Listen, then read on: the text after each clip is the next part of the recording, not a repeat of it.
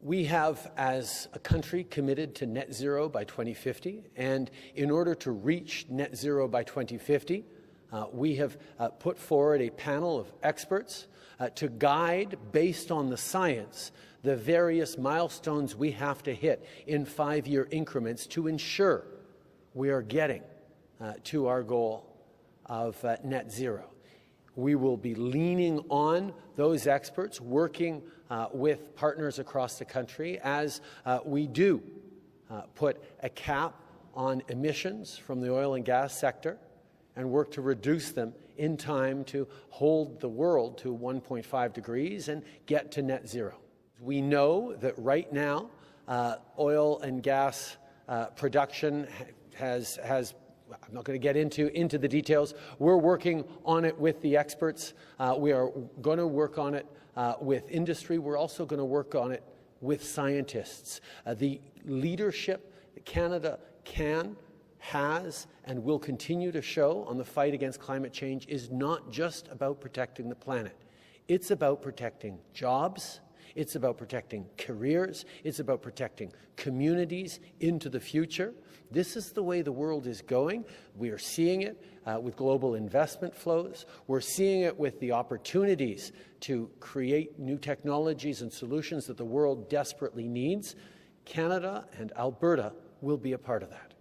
Obviously, Alberta is committed to reducing greenhouse gas emissions, and in fact, we are supporting the efforts of our largest oil sand producers in their aspiration to achieve a net zero emissions target by 2050. But I just heard the Prime Minister say that he'll work with advisors, scientists and industry. I didn't hear provinces. The provinces own the resource, and under the Constitution, the provinces regulate the development of those resources.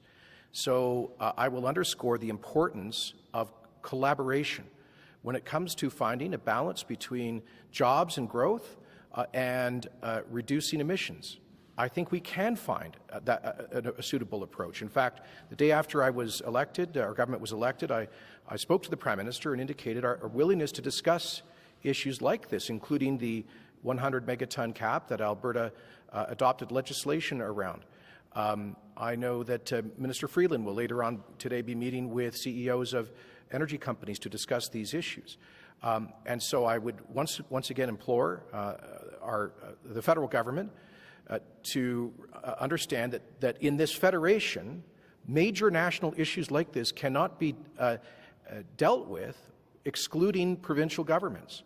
I think Prime Minister Chrétien recognized that his government had made an error with its very initial Kyoto targets in 1997 without consulting with the provinces who have enormous constitutional powers over these areas. So it is important for us to be partners. We are willing to be partners as long as there is a future for the largest sector of the Canadian economy. That is our energy sector. Prime Minister, I know you will have taken note about exciting new investments here in Alberta. We believe that we're going to be leading the world in the hydrogen economy here. We believe that our liquefied natural gas exports can lower global emissions.